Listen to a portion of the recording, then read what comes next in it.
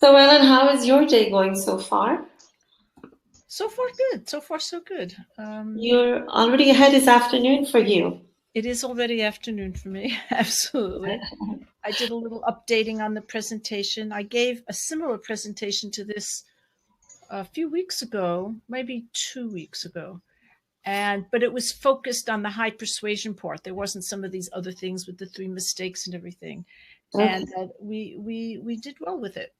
So that was Oh, good. wonderful. Yeah, so I added some extra bonuses and things like that. And that was over on the Change the World marketing side. And so I'm redoing this whole course that I'll be talking about. And so I have 2 of the 4 lessons already redone. So I'll mention that.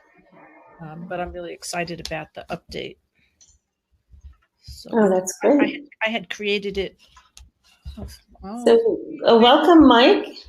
He is an aviation instructor in Frankfurt, Germany. Welcome oh, to very to cool. our webinar.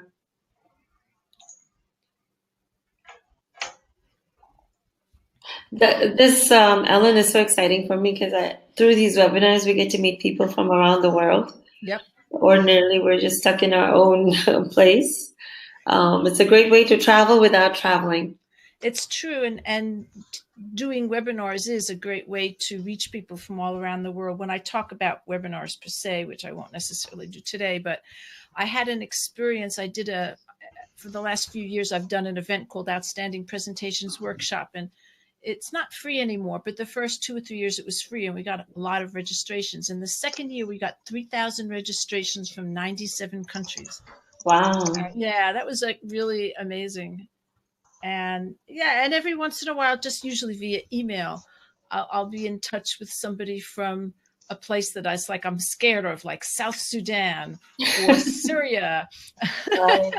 Yeah, recently I had an email exchange, maybe on Facebook, with somebody who's in Damascus, and this person from South Sudan, it was like, have you heard of us? I said, nothing good though.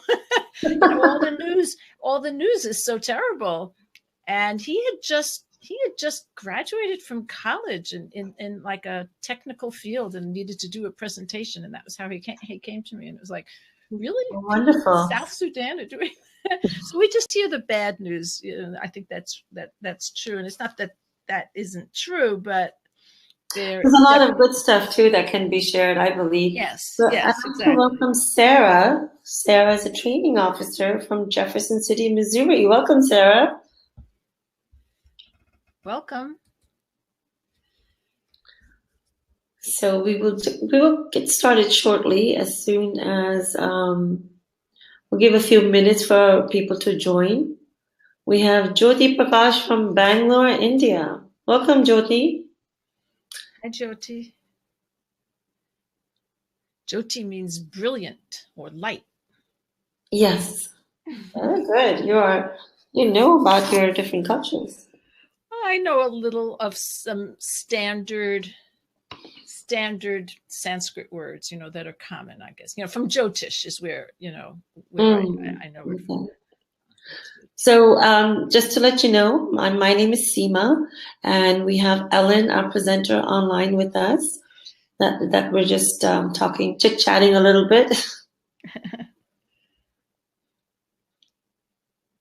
Well, I'm definitely really excited about this presentation, and I would love to also know why you joined it and what you'd like to get out of it. If you want to take an extra time to put that in the chat. And at the end, we'll have time for questions and answers. So if there's something that is missing, certainly ask a question. I'll be happy to answer it. And we do have a poll on, which I just started. What type of presentations do you do most? Right, but shouldn't we wait until everybody's on and we start? Is it? I can't see it apparently. Okay, I think that people will As as they come people on, are okay, joining, okay, they can just they can okay, start that. okay. We can utilize this time, and maybe then we can see during the presentation. Yep. One of the rules about doing a successful presentation is to know your audience. And in fact, I'll be talking about that today. So this poll is a way that I can know who you are, you, the audience, so that I can make sure that I meet your needs. So Sarah is saying thank you, and she's glad we're doing this webinar. It's our pleasure. We're really trying to have the different topics of what people can walk away with a few points right away and utilize in their work right away. Right. So it's our pleasure to be here too.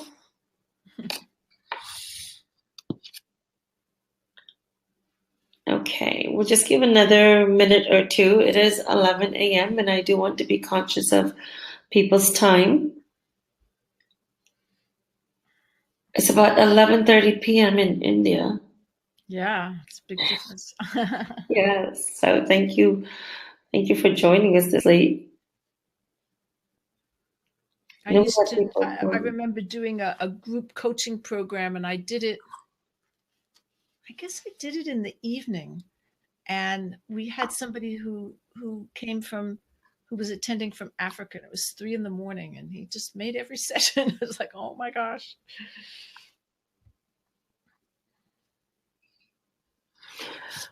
Yes, Sarah. Sarah wrote that she hopes to learn more about putting together presentations, how to start, and how to keep the participants engaged in the presentation. We will be covering that.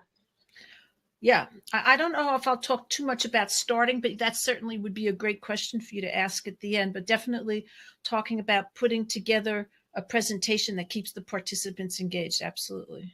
Right. So, Ellen, how about we get started? Yes, let's do that. Okay. Do you want to share your screen? Okay.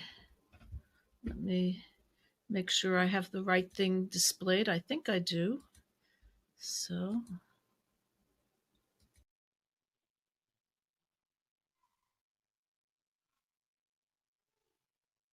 Does that work? Yes. So thank you for joining us, and we are going to get started. A little bit about me. My name is Seema Giri. I'm a speaker, mentor, trainer, and entrepreneur. I've spent the last 20 years working in project management domain, and I've had the wonderful opportunity to groom and to help people find their passion and realize their potential. And I also get to work on my other passion, which is marketing, which has brought to me to Mentor Global. And Mentor Global is in the business of helping people. We're in the people business, actually. We are so we provide services around human capital management, managed learning services, organization, and leadership development. And we also have a community give back initiative, which focuses on workforce development. So we take people who are less privileged, train them through a 90-day program, and then place them in different companies. And it's mostly in IT skills. So our presenter today is Ellen Finkelstein. She is a Microsoft MVP and our presenter today. She is an expert on using PowerPoint and presentation skills to communicate clearly and powerfully, both live and via webinars. She is one of the 14 most valuable professional MVP, which is a Microsoft award in the United States. She offers presentation trainings and tips, and through Changing the World Marketing, she provides training on online marketing. Ellen Finkelstein has written 11 books from McGraw-Hill and Wiley and 9 ebooks during her 20-year career as an author, ranging from 20 pages to 1,300 plus pages on PowerPoint, internet marketing, and other computer-related topics. She presents regularly for Training Magazine Network, Presentation Expert, Outstanding Presentations Workshops, and her own company. Ellen has created and delivered hundreds of webinars and is passionate about the value of webinars for reaching the world and earning a living. She now trains others to create, promote, and deliver successful webinars. So we are so privileged to have you here today, Ellen, and we are so excited to learn from you today. Well, I'm pleased to be here and honored, and thank you for inviting me. And I think we had a little bit of by the way of housekeeping, you called it. Yes, Do you yes, want to go through those instructions? yes. Well, in this one, if you have any issues, best thing would be to do is just give us write in chat Okay. if you're having any problems and any issues, and then we will address that for you. Okay. So, but there is the chat. I think people have mostly found the chat. Yes, And yeah, this was when we used a different. Okay. right. So they just need to communicate with us through chat. Okay, great. So thank you again, and I'm really pleased to be here to talk about 3 mistakes most presenters make that sabotage their reputation, results, and revenue. And I think we wanted to start with a poll, right? So can you display that? Yes, the polls are displayed. So as people come in, they can complete that. So why So don't we already have that 75% are saying training and 25% are saying other. Okay, good. So I'm glad we have some trainers here. I will be talking about why trainers need to create persuasive presentations as well. So why don't we put that away, and then I can go on with my slides. I think we'll just go ahead, so that I want to make sure everyone can see my slides and not the poll. They can see your slides. Okay, great. Wonderful. I don't know how many of you know what the National Association of Colleges and Employers is. It's an organization joint between employers and colleges, and they do a survey every year of employers, asking them what's the most important candidate skill for new candidates they're hiring out of colleges. And in 2016, it was verbal communication. And it beat out things like technical expertise and even team working and many things, and also written communication and many other things that you would have thought would be maybe more important. So employers consider verbal communication to be extremely important. And really, when you're on the job, that's how people know you. That's how people judge you, through what you say. So it's really important for you to have the skill of being an effective presenter. So we just did this poll, and we found 75% training and 25% other. Maybe the person who is other could put in the chat what type of presentations you do, and that would help me as well. So here's a quote from Jim Rohn. He said, "Take advantage of every opportunity to practice your communication skills so that when important occasions arise, you'll have the gift, the style, the sharpness, the clarity, and the emotions to affect other people." And I think this is definitely good advice. Now, we'll be talking about persuasive presentations today, how to get your audience to say, yes, I want it, me. And again, while this applies obviously to sales presentations, it applies to internal presentations when you might be proposing some type of proposal and you need approval for it. And it even applies to trainers who need to get their trainees to apply what they're teaching, to implement it. So I'll be talking about the secret to designing engaging, persuasive slides. I'll be talking about the 3 mistakes presenters make. And I do have an offer about how you can learn more on this topic. We'll have questions and answers. And then we promised a bonus gift. And at the end, I'll tell you where to get it. So my promise is that I'll give you some information that you can use immediately. You can implement immediately. I think of myself as a teacher and a trainer, and I want my students to implement. And I'm hoping that if I keep my promise and you get some valuable information, you'll also be willing to listen to the offer about a course that goes into this topic in more detail. So is that a good deal with you? That's my pinky promise. It's an expression, a pinky promise. A pinky swear, it's called. Yeah, pinky swear. So go ahead and put it in. Feel free to type in the chat box any questions we ask and respond. We will see it. Yeah. So I do want to tell you right now that I think of this as an interactive event. And so I'd like you to be as active as possible in the chat. So is that a good deal, that if I give you some valuable information, you'll listen through to the end? Yes, I'm looking for some answers there. But I will go on. Yes, they are saying yes. Okay. Maybe I'm not seeing all of the things in the chat. I don't know. So, okay. As Seema mentioned, I've written a number of books on different topics. That 1300 one was on page one was on AutoCAD, but these are the ones that are related to PowerPoint and presenting. PowerPoint for Teachers, which was published by Jossie Bass, which is a subsidiary of Wiley. Microsoft Office, How to Do Everything with Microsoft Office, which was published by McGraw-Hill. And the other two are ebooks that I've self-published, Slide Design for Non-Designers and 101 Tips Every PowerPoint User Should Know. So how many of you kind of cringe when you see this? How many of you think of yourself as artistically challenged, or design is difficult for you? In other words, you have to create presentations, and you know that means creating slides, but it's hard. You're not a designer, and so that's a problem for you. So how many of you feel like that? I know I do. How about you, Seema?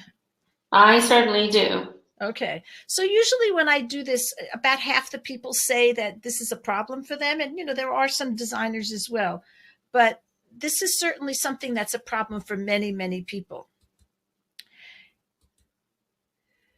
Now, how many of you have seen slides like this? So just let me know, yes or no in the chat. This is what was often called death by PowerPoint. And it has lots of text on a slide, and then the presenter basically just reads it. So have you seen that? I have seen it and done it too, unfortunately. Okay, so I'm going to explain why this is not engaging to the audience and why this is not persuasive.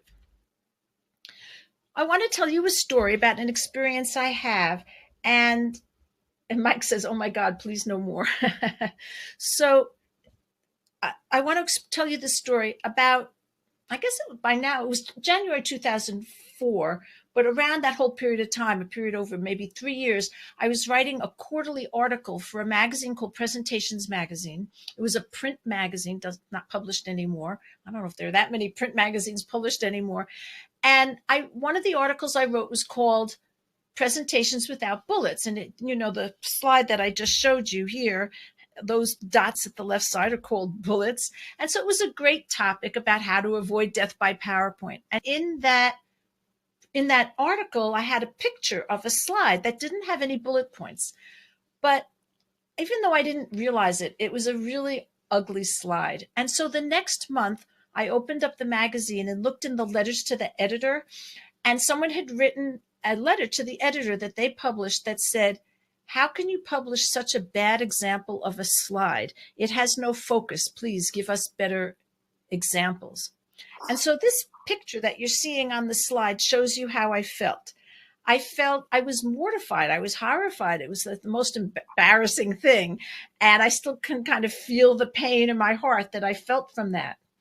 And so as a result, I realized, because I was writing about PowerPoint, and at that time I'd already written some earlier versions of some of those books on PowerPoint, I needed to learn how to design slides, but I wasn't a designer. So I started on this journey, and I'm telling you this because I want you to understand that you can design great slides too. If I can, you can. So I went to a PowerPoint conference each year. This is called Presentation Summit. I did that for a few years. I read a lot of books. These are especially the first three are famous books in the presentation world, and the one at the upper right is more academic, but I read those. And then I also studied persuasion, so taking courses and reading books about persuasive presentations. And then finally, in 2010, I became a PowerPoint MVP. And this is, as Seema mentioned, it's a Microsoft award that they give. There are various types of MVPs for their different topics, for their different products. I'm a PowerPoint MVP. And there are 14 of us in the United States as of now. And it's a combination of the expertise in the product, but also the fact that you give freely to the user community. So let's go back to this slide that you were laughing about. Somebody says, LOL, yes, I've seen this. Oh my God, please no more. So this is a problem. And there's a solution, luckily, and I'm going to tell you the solution today. presentations are a powerful way to persuade. And there's a sea change going on from those all text type of slides that you've seen to something very visual. And maybe you've heard about visual marketing, and I'm sure that you've experienced this yourself in other venues. So, for example, YouTube and Facebook and Pinterest and all of these places where we see lots and lots and lots of images. And if you're involved in marketing, I'm sure you know, Seema, that adding on social media, adding an image will greatly increase the engagement that you get. And Definitely. so, yeah. In fact, I looked up advertising, was trying to figure out when images were first used in advertising. And it was a long time ago. But more and more as the technology became, it was easier technologically, advertisers started using images because they were so powerful. And yet, why do we do presentations that ignore that whole thing? It's kind of like people know the principle, and then when they get into PowerPoint, they just ignore it. So anyway, this is the sea change that's going on right now because of the growth of social media and the growth of the ability. It's so easy now to put images anywhere you want. So marketers report that their conversion is higher when they use images. Now, I wanted to point this out because 75% of you are trainers, and trainers tell me that their trainees pay more attention. I'm going to read you a quote near the end from a trainer about this. And I used to think that trainers didn't have to persuade and they were just basically doing informational material. And they told me I was wrong. And they said, no, we have to persuade our trainees to think what we're saying is important and then implement it. So we need to be persuasive. So let's talk a little bit about some of the research, some of the facts relating to how people learn and how people understand, and also about how people are persuaded. So the first point is that people can't effectively read and listen at the same time. There's a lot of research about this. It's been used to justify laws that don't allow you to use a cell phone while you're driving. So I think that's true in California. You can actually hold it. And the same thing is true in New York, where my sister and my mother live. You can't actually hold a cell phone while you're driving. And that's because you're supposed to be looking at the road. And when you're listening, it's a distraction. You can't do both at the same time. And people hate it when you force people to listen and read at the same time in a presentation. So when you put up all that text, obviously you're going to read it, right? And so what happens is you read the text that's up there, but you can read faster than the person speaking. So the audience reads ahead, shuts out the presenter's voice and finishes reading, and then turns back to the presenter and hears, that presenter is talking about stuff I already read, so why should I pay attention again? So you just really disengage people when you put up text and read it. And survey after survey shows that people hate a presenter going up there and reading text. So the second point is that short-term memory is limited. So we have three types of memory. One is called sensory memory, and it's just basically how much you can take in with the eyes and ears and all senses, and it's very momentary. There's a lot, you can take in a lot of input, but it's very momentary. And in order for something to be understood and remembered, it needs to go through short-term memory, but that is very limited. It's like a pinch point. Now, what comes out the other side goes into long-term memory, where, again, we can remember a lot of things for a long period of time. But if we overload short-term memory, people remember less. And it's a counterintuitive because people think the more I give them, the more they'll remember, but it's not true because of short-term memory. And the third point is that most people learn visually, and I'm going to show you this by how our brain is structured. So at the back of the brain is what's called the primary visual cortex, and it's the place in the brain where visual input is processed first. And you can see it's pretty big. It's in the occipital lobe. But this tiny little thing in the middle is where the primary auditory cortex, where auditory input is processed. And you can see it's much smaller. So our brain is hardwired to pay more attention to the visual than to the auditory. And the other thing I want to tell you about is how persuasive images can be. And this is actually scary, okay? So listen carefully. Now, this was research that was done. It was a mock trial, so it wasn't anything real. And in this situation that these people in the research were given, there was a man had fallen off a ledge. His wife was, and he had died, and his wife was trying to collect life insurance. And the insurance company was trying to claim, and they had some valid reasons for it, that he might have jumped off, which would have invalidated the claim. So when the lawyer verbally, with words, explained the case to the jury, 33% agreed that she should get her life insurance. But on the other hand, watch carefully now, when the lawyer showed a crude animation of a man falling off a ledge that didn't show whether he jumped off or he fell off or he was pushed off, then 75% of the jury agreed. So isn't that scary?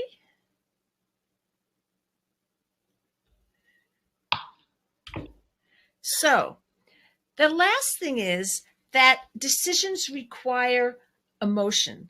So how does this slide make you feel?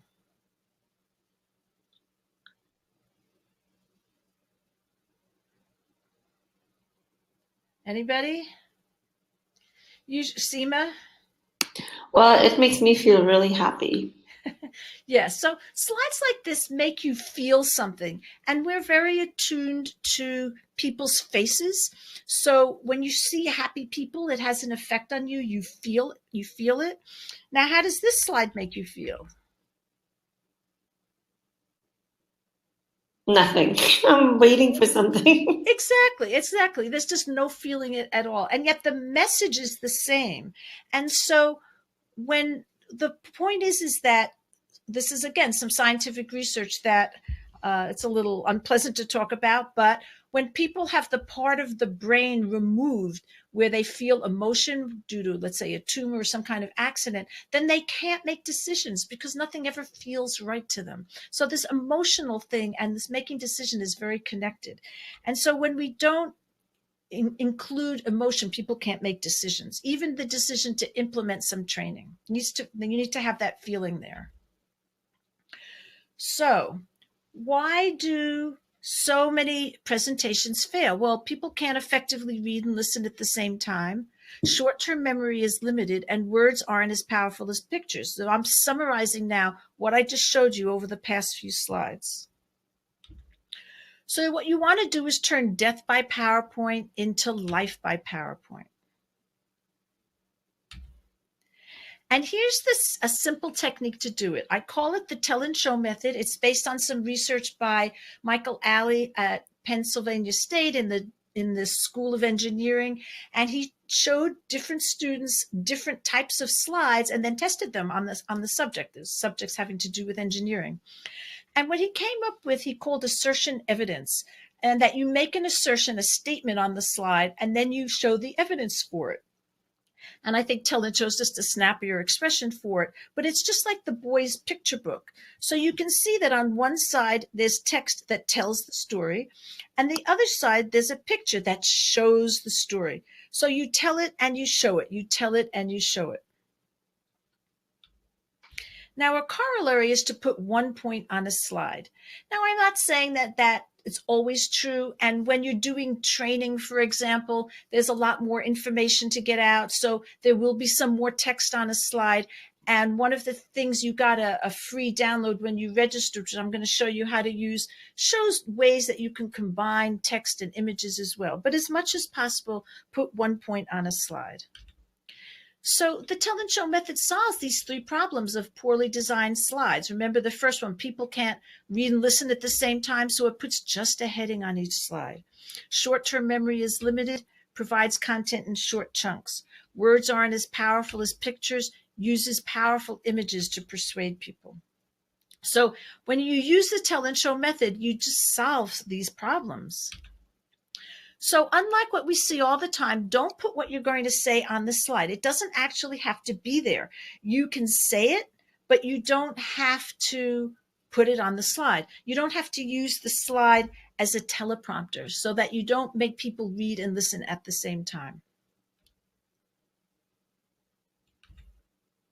And you want to match logical content with emotional images, especially if you're trying to be persuasive. Now, these are over the top emotional. They're not appropriate for every situation, but that's my point here is emotional images. So I'm doing it a little bit over the top. You can use some humor as well. So this is how you keep your audience engaged and excited for your offer. You use the tell and show method, and you use images that convey emotion.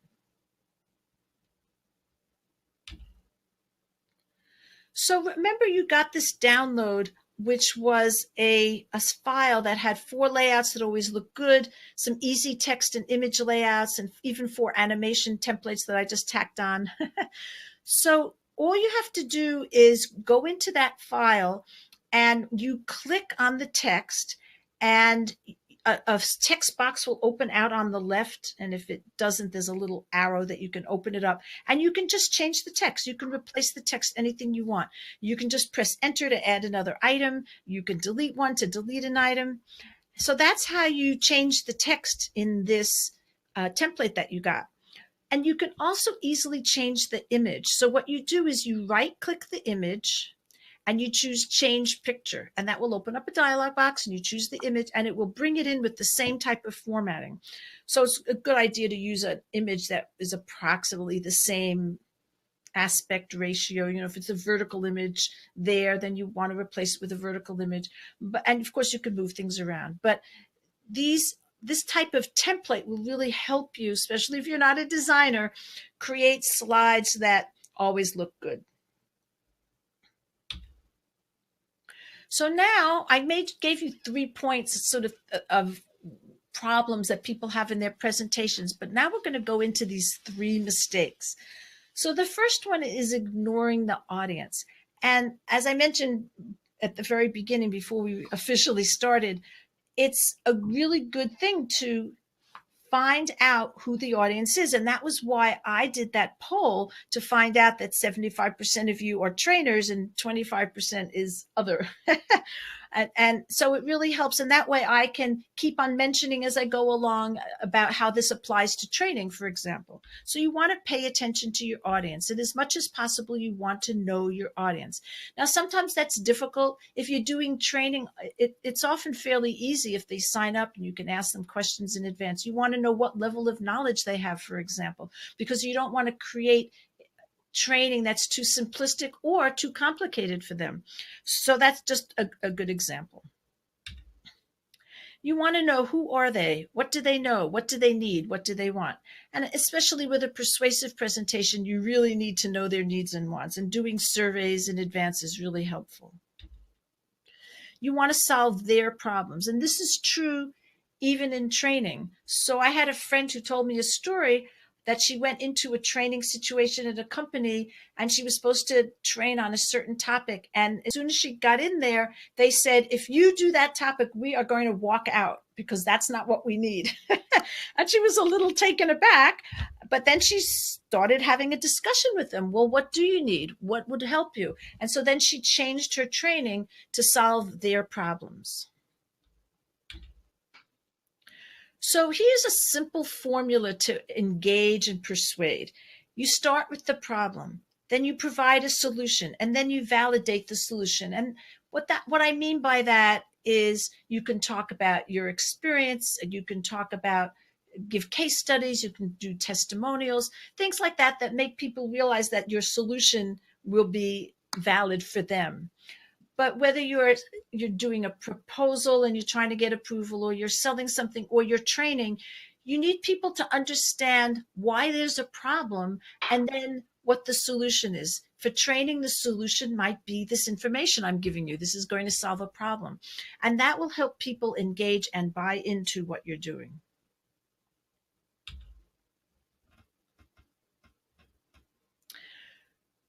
So I'm going to give you at the end, I have a little gift at the end for you. And one of the documents in there is a presentation overview planner.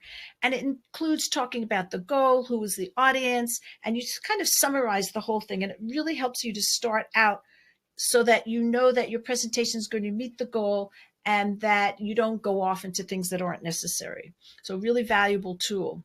So I'm going to tell you another little story. You all know who this is, right? So, and let's see how many years ago, maybe 5 or 6 years ago, Paul McCartney and Ringo Starr got together in Radio City Music Hall, which is a big auditorium in New York City, and they got together to do a benefit concert. And the benefit concert was to raise money to teach transcendental meditation to at-risk students in inner cities. And so and that was at night, and there were other people there too. Jerry Seinfeld was there, and Moby was there, a whole bunch of people. And the concert was at night, of course. But in the afternoon, the people who were organizing this did a press conference for the press. Now, you can imagine that most of the press there were people who were interested in popular culture. They were reporters, but there was a lot of research that had been done on the transcendental meditation technique. And so one of the researchers got up and showed some of the research, and some of it was actually pretty shocking research showing that up to 50% of middle school students had symptoms of high blood pressure and metabolic syndrome, which is a precursor to diabetes, because of the stress that they experienced where they lived. But he did it in such a technical way, because he was a researcher, he was a scientist, that it kind of went over the heads of the reporters. And he was a colleague of my husband's, and when I spoke to him afterwards, I said, well, what were you trying to do? Because I saw a videotape of it. I wasn't there. And he said, well, I was just trying to give them information. And I thought about it, and I went, no, that's wrong. You were trying to persuade them to put a line or two about the research on TM in the articles that they were going to write.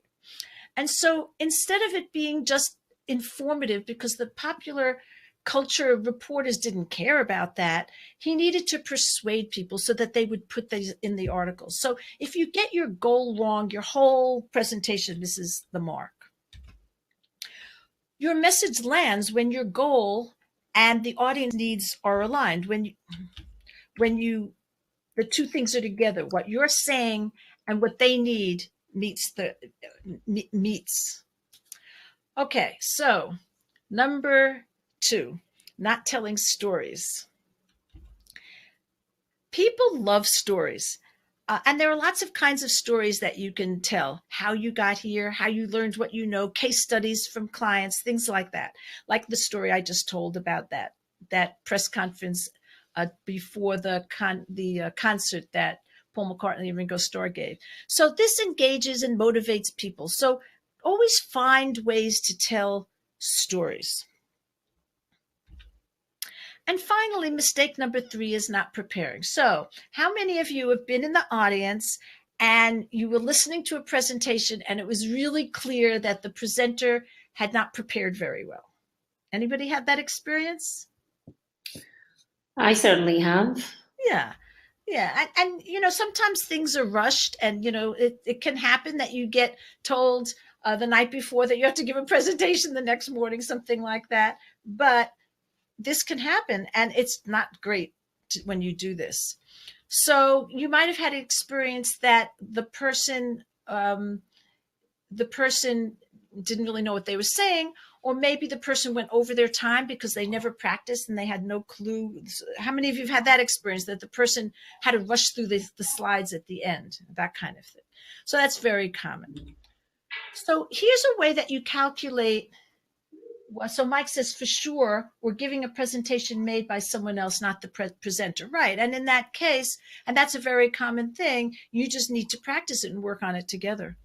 So let's say you have 30 minutes to speak, because almost all presentations have a time limit. And so that's your allotted time. So you think you come into the venue and somebody introduces you, whatever. So 5 minutes at least for pleasantries and setting up. And then at the end, 10 minutes for Q&A. And then let's say this is a proposal. So you want to close and make your proposal, summarize it, and get a signature. That's 5 minutes. And so that's 20 minutes out of your 30. So your net speaking time is 10 minutes. And you can see how people don't take this into account. They think 30 minutes, oh, I can do a presentation for 30 minutes. But no, that's not going to work. So as I mentioned, this free attendance gift is these 3 worksheets. One is that goal overview planner with your goal. Another one is a list of steps for preparing.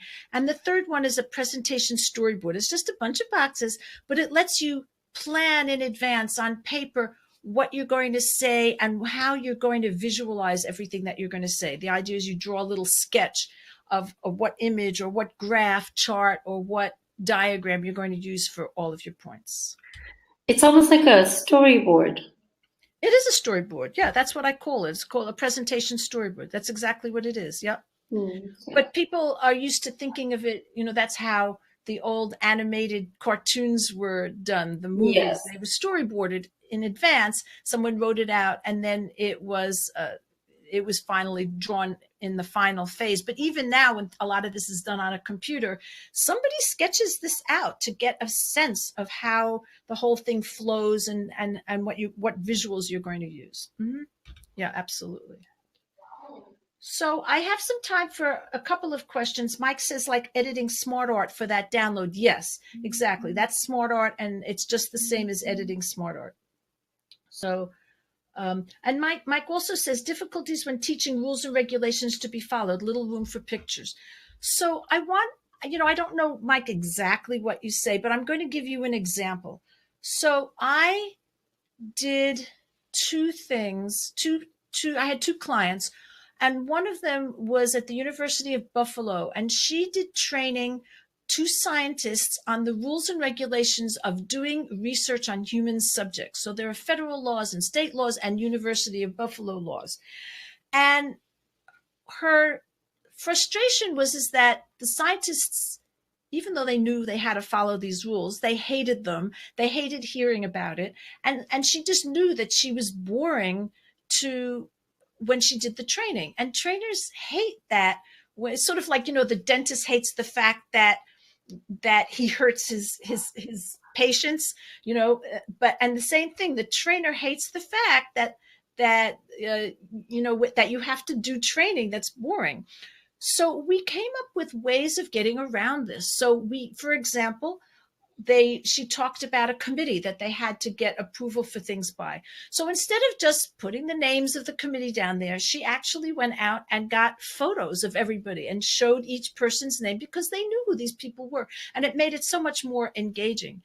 And she broke this up, and if you're trainers, that you break things up. And so she broke it up, and we had a little nice graphic for a discussion, every 15 minutes, there would be something like that. And I had another client who worked for the University of Illinois in human resources, and she had to train supervisors on rules and regulations of things like vacation days and sick days and leaves of absence and, all of that kind of stuff.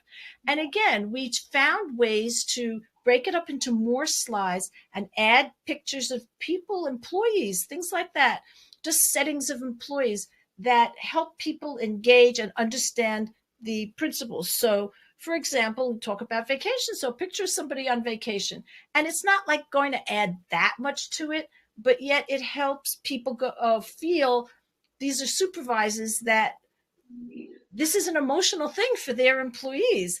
They want to go on vacation really badly. So it just helps people understand that. So almost anything that you do, you can add some images to break it up into more slides. You can give people handouts so that you don't have to put everything on the slide if they need to walk away, with like a procedure book.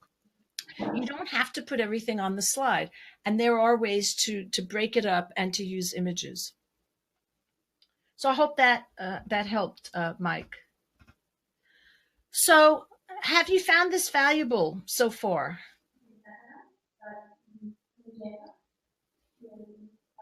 Mike, that's a good way to do that. A lot of food for thought. Thanks. Yeah, it takes time to change those old patterns. It really does. And, it just takes time to do that. So Jyoti says, excellent. Mike says, yes, with lots of E's and lots of S's. So good. I'm really glad that that's been useful. And if you'd like to think about, the aha moment or what you got most out of it, that would really be helpful for me too. But meanwhile, I will go on. So thank you.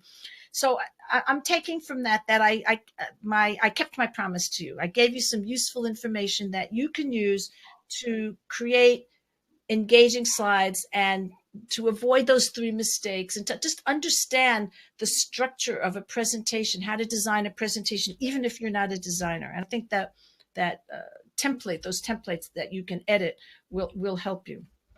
And I would like to ask one question here. Sure. People can just write in the chat. What is that one takeaway that you feel you could use right away in your presentations? So Sarah says she has several tips written down. So Sarah, tell us one of them. Right. Okay, so meanwhile, I will go on. Yes, that's a great idea.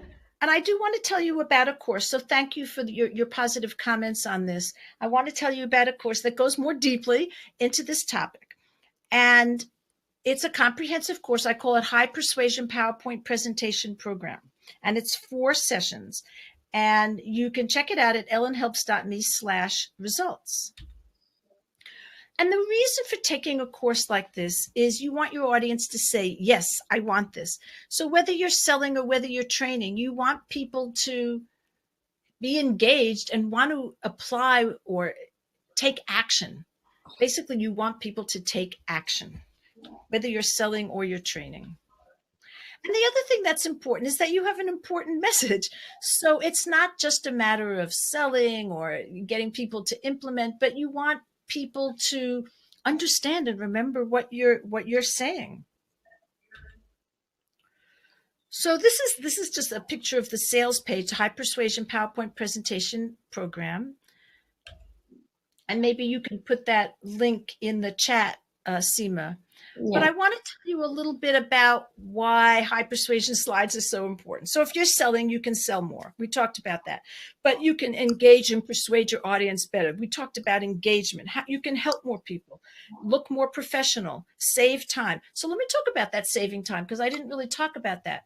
So remember, I talked about a situation where people don't prepare and they have too many slides. So just by preparing in advance and using those forms and practicing, you remember that thing about where if you have 30 minutes, you really only have 10 minutes to speak.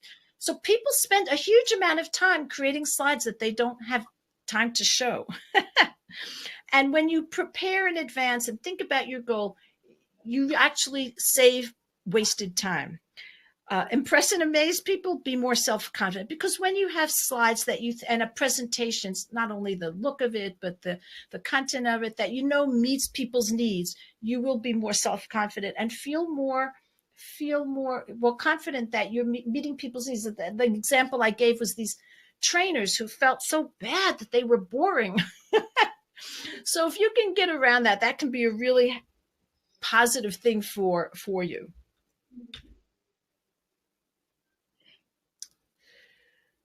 So, oh, right. So there's this button here I can press for the offer. Right. Right. So there's a link there that you can go to in the Webinar Jam window. So this has 4 easy to follow sessions. And one of the things that I'm excited about is I'm in the midst of redoing this, updating it, because I originally did it in 2013. So the first 2 sessions have already been redone. And if you decide to go into this, you'll get all of the new sessions as they come out.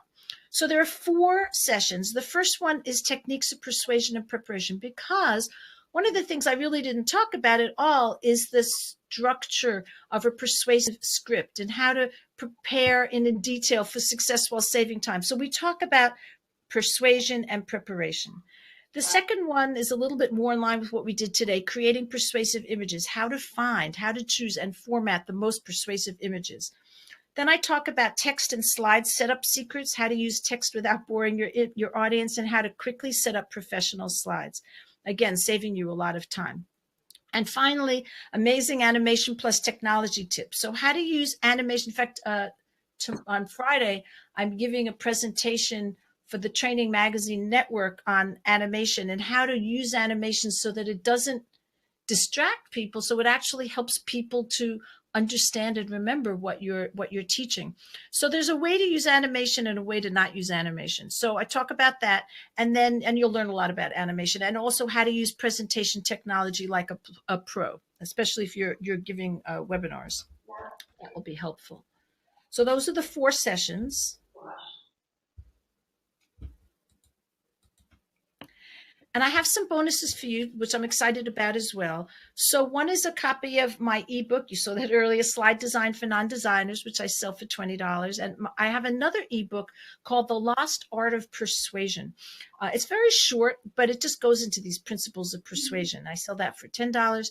And then actually, you're going to get this, so I should have not put this in here, but the presentation preparation planner and schedule and overview planner and storyboard, which is a $20 value. And then finally, a PowerPoint cheat sheet. And I have them for various levels of PowerPoint, just all of the most common things that you can do in PowerPoint and how to do them. So it's a little cute cheat sheet that helps.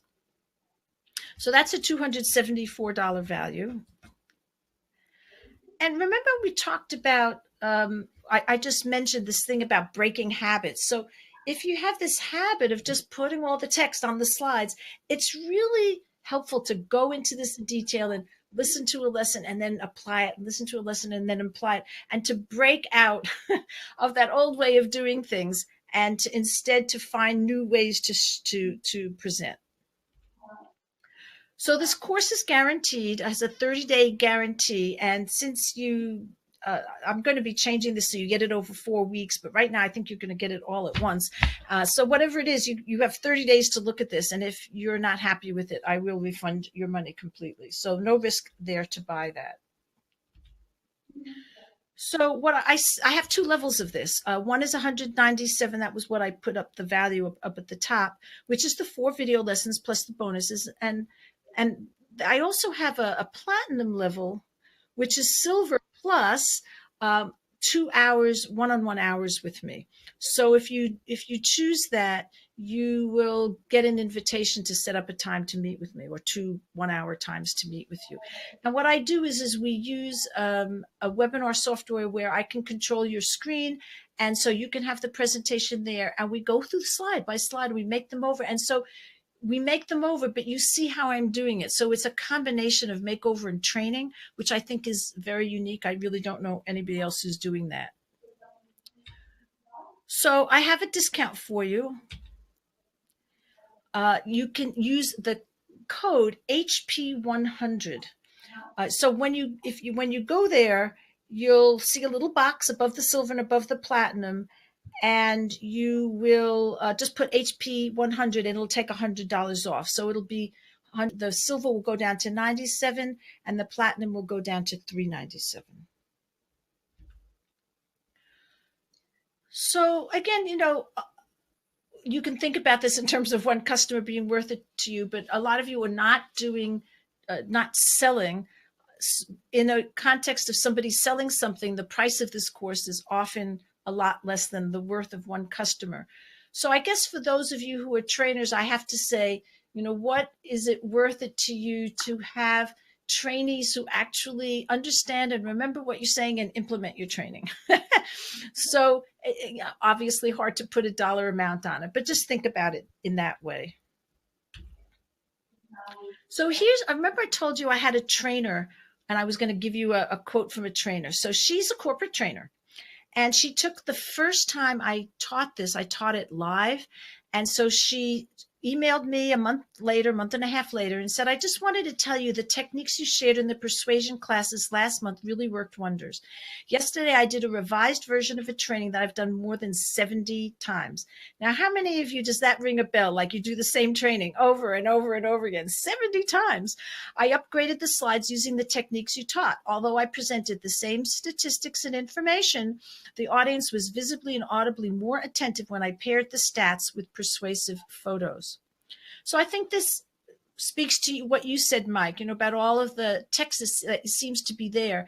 And she's doing stats and information. It's a kind of technical, heavy type of training, but yet she was able to find photos that matched and it worked. It was really effective. Let me just give you an example of somebody else in that course who was training, also a trainer, and she was training employees in a mailroom how to be aware that a package could be dangerous, could have something, an explosive, a bomb in it or something like that. And so there were all these things that they had to, regulations or procedures they had to follow. And so the original slide just said, the person who was training was so frustrated, you have to follow these procedures in all capital letters with lots of exclamation points. And instead, what we did was we put a picture of a little girl holding a present in her hand, and for them to visualize it. And then the next slide was just a picture of an explosion. And it was a shocking pair of slides, but it was so emotional for them to think of their job as not just, go processing boxes on a conveyor belt, but that people are going to actually receive these. And what if they don't follow the procedure and somebody gets hurt? So that's just an example of how you can use emotional images to help people really realize how important your training is. So this is more of a sales situation. As an independent financial advisor, one of my clients, my business depends upon presenting financial concepts quickly, clearly, and with visual power. Ellen worked with me to create a presentation that is unified, beautiful, and incorporates people, symbols, charts, numbers, and some humor in a way that's strikingly effective and pleasing to watch. So he's selling fairly high-priced financial instruments, actually. Using this presentation increased my conversion from an average of 50% to 70%. So again, he's using lots of stats, but nevertheless, talking about things in a more emotional way was very effective for him. Ellen's tips on how to give an effective sales presentation incorporating PowerPoint was very lucid and valuable for our women professionals monthly meeting. Ellen has clearly thought through the mechanics of selling and buying and offered practical advice, which I know our members will be incorporating into their presentations.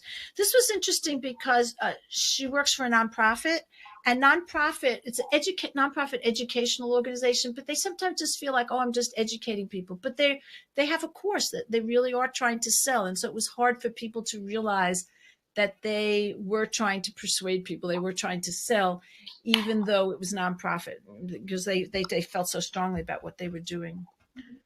So finally, I was struggling at work putting convincing PowerPoint presentations together. I started searching for a PowerPoint coach and found Ellen. The results have been night and day. So he worked for Citrix Systems, which does GoToWebinar,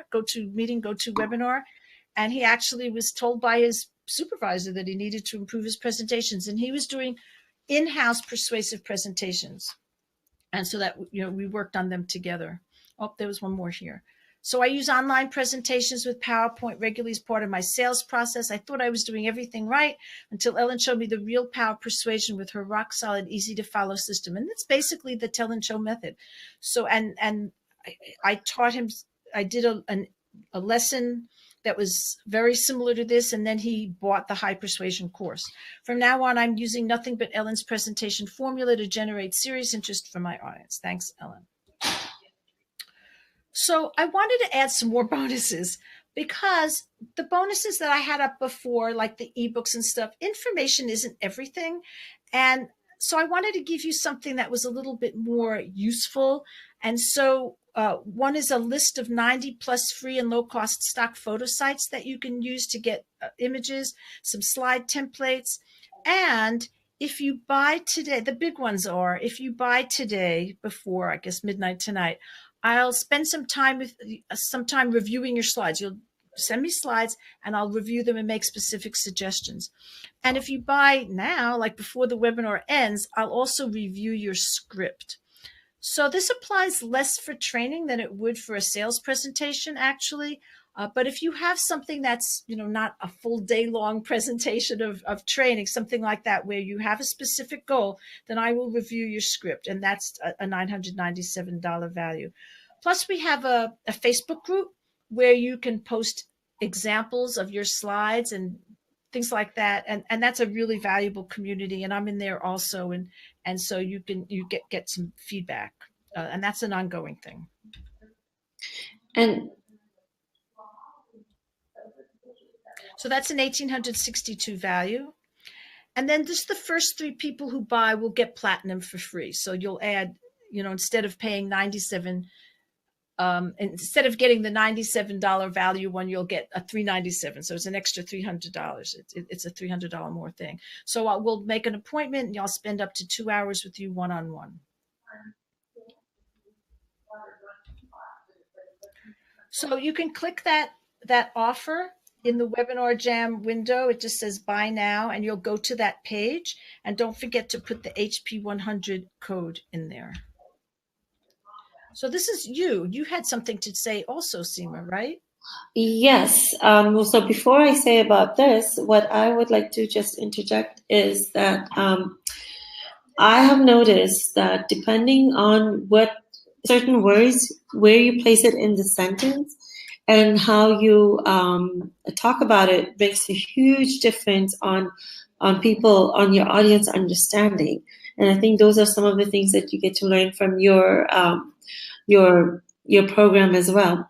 And you mentioned sales a couple of times. So I just want to say that when you are presenting, whether you're actually selling something for dollars or not, we're actually always trying to win people over on the concept that we're trying to teach, whether we're teaching or whether we're selling. We're basically trying to persuade them to understand our point of view or our perspective. So it's not necessarily sales when you're trying to sell your product for dollars. So just wanted to clarify that. I think that makes a huge difference as well. Don't you think, Ellen? Oh, absolutely. Yeah. I think that trainers, for example, find that, like I said, that they need to persuade people to implement what they're teaching. And so that emotional component is absolutely there. So yes, I absolutely. Right. So if people are thinking, okay, this program might be more for someone in sales, in that position. So that is really not the case. It's basically anybody making a presentation that needs to convey their concept or ideas and trying to get people to see from their perspective. This program is very, very beneficial. So for anybody for Mentor Global, the offer is that anybody who buys the program, another bonus you get is to have a private one-on-one high-performance breakthrough sessions where you can create a crystal clear vision for your ultimate achievement and success, whether it's in presentation or career or a specific area. You can also uncover some hidden challenges that you may be self-sabotaging your ability to reach your goals faster and easier. And you will leave the session renewed, re-energized, and ready to create higher profits or higher performance and higher impact in your team and your company. So you will be paired up with a high-performance coach from Mentor Global, and you would get a free 1 hour or 60-minute strategy session we can schedule at your convenience. Well, that sounds good. That sounds exciting. Yep, absolutely. Yeah, so the value for this is $497, but for you, if you purchase a program, it would be absolutely free. Okay. Yeah. So you just I will type in my email ID. So if anyone is interested, can reach out to me.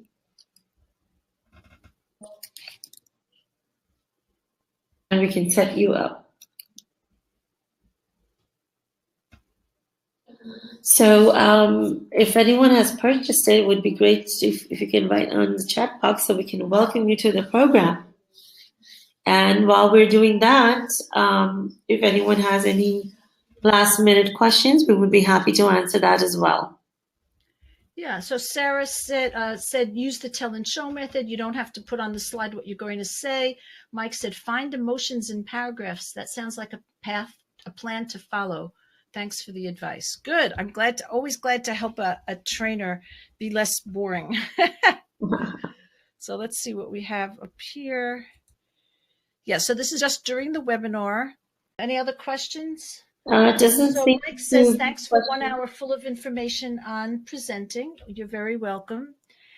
And so this free gift that we promised you, those 3 presentation preparation system worksheets, and they're at the bottom of that sales page. So when you go down to the bottom, you'll just see a link there. And there might be an extra bonus for you there too, left over from some other presentation that I did. So go there at the bottom of the webpage and you will see the link to that. So again, I just want to emphasize what Seema said. It's not only for sales, but one of the things we talk about is the whole content and working with the content of your presentation. And we talk about working with not images in a lot more detail in terms of formatting images and finding them and choosing the right image and where to put it and how to lay out slides. And then we also talk about working with text and some issues, things like using the slide master and layouts so that you can create professional slides, even though you're not a designer. And, you know, I don't know what you think about my slides, but they are not difficult slides. They're not highly designed slides. And so I get compliments on them, but I just follow these principles that I teach. And then finally, the last lesson has to do with animation and technology. And also in that, I forgot to mention, there's something called 5 designer techniques. And they're like shortcuts to be looking like a designer. So I have those in there too. So any questions? So it does not seem like anyone has any more questions. So with that, Okay. we wish you all the best in your future presentations. Do utilize your takeaways, and when you purchase the program, you will be considered, or you will become an advanced presenter, and people would be extremely ecstatic on the way you relay the information, and will have more success. Thank you so much for joining us today, and we look forward to seeing you in our future webinars. And Ellen, thank you so much for dedicating this 1 hour time for us and giving us the value that you always give. Thank you so much. Bye-bye. Bye.